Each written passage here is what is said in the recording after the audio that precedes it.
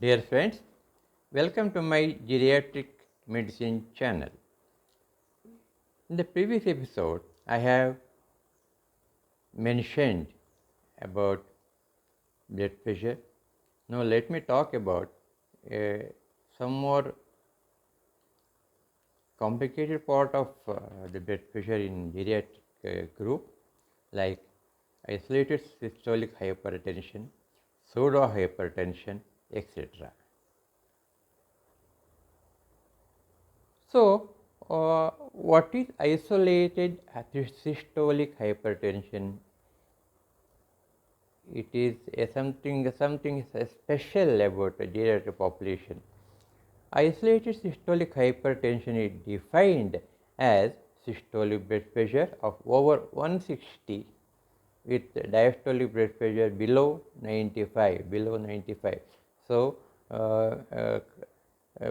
please note that the difference between 160 and 195, which is called pulse pressure, is very high in ISH. It is common in the elderly, ranges from 20 to 30% over 70 years of age. Pathophysiology of isolated systolic hypertension is the loss of elasticity of the vessel wall of large caliber arteries. It is gaining importance of late as it is proved to be a more important predictor and predisposing factor of ischemic heart disease, cardiovascular diseases than the diastolic blood pressure itself. Earlier, we thought that the diastolic blood pressure, high diastolic blood pressure is very dangerous. But nowadays, this isolated systolic hypertension, that the high systolic blood pressure appears to be more dangerous than the diastolic blood pressure. Isolated systolic hypertension results in increased risk of cardiac mortality by 2 folds and cardiovascular diseases by 3 folds when compared to the adult population of India and elsewhere. Even systolic hypertension, isolated labile needs treatment. The systolic hypertension in the elderly program, SHEP, that is systolic hypertension in the elderly program. It is a study made about ISH in elderly group. It indicates that treatment of isolated hypertension in 65 to 85-year-old patient significantly reduces the risk of stroke, CHD and heart failure. In this program, treated patients aged about 65 to 85 showed a 36% decrease in the risk of stroke and 27% decrease in cardiac CHD event rates, cardiac heart disease rates. In patients with systolic blood pressure of 180 to 240 millimeters of mercury, a 22 to 25% decrease in BP is recommended. Drug therapy is not usually recommended for patients with systolic BP of 150 or 160 millimeters of mercury. Dear friends, isolated systolic hypertension in the 165 to 200 millimeters of mercury range represents the most common form of hypertension in the elderly, and the drug treatment is expected to produce salutary effect. Also, the special situations that require drug therapy of mild systolic hypertension, that is 150 to 165 millimeters of mercury, includes the patient with heart failure, cardiomegaly, that is the enlargement of the heart, angina pectoris, fast myocardial infarction, aortic aneurysm, and diabetes. Also, the previous cerebral ischemic attacks, that is TIA, which I have already mentioned earlier, and then the stroke, the renal failure, kidney diseases also require treatment for the blood pressure of the range 150 to 160, isolated systolic hypertension. So friends, this is about isolated systolic hypertension in the elderly.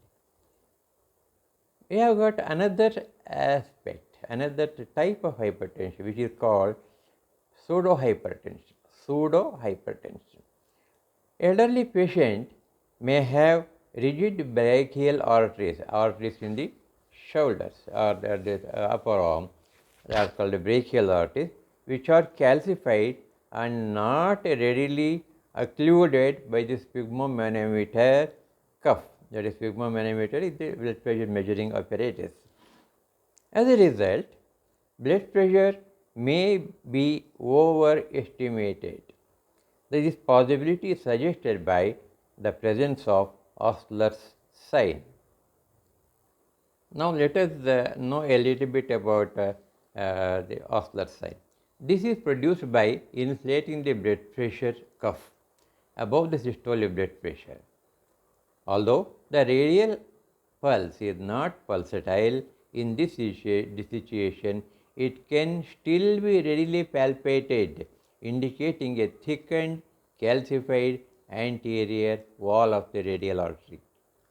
Under these circumstances, diastolic blood pressure may be overestimated by 10 to 50 millimeters of mercury, which is dangerous, and it may lead to wrong treatment also. Friends, so what is the etiology of hypertension? That means how the hypertension or the blood pressure is produced in the body of the elderly people. Considering the etiology of hypertension, primary hypertension is the commonest cause in the elderly people. There are various secondary hypertension like renal, endocrine drugs and coarctation of aorta are extremely uncommon in elderly people, though the primary hypertension is the commonest in the elderly. Among the secondary hypertensions, renovascular hypertension, especially bilateral renal vascular diseases, do occur in our country. Whenever there is an accelerated hypertension with poor control, renal hypertension should be considered. It is advisable to avoid invasive and expensive investigative procedures in elderly hypertensives. And lastly, dear friends, let us know what are the basic requirements in the diagnosis of hypertension. There are some basic requirements in diagnosing and investigating hypertension in elderly people. Since BP readings are variable, multiple recording at various timings should always be done. A single reading of hypertension, high BP is not to be considered as hypertension unless the several readings also reveal the same thing in the patient at different situations. This will avoid the error of diagnosing hypertension. Conditions like fever, full bladder, pain in various parts of the body can cause transitory rise of blood pressure in the elderly people. Dear friends, I hope this information about the hypertension in elderly population is useful to all of you. Please go through the channel, like it, subscribe it, and share it. Thank you very much. I will come out with some more information about hypertension in the next episode. Till then, Jai India, Jai Karnataka.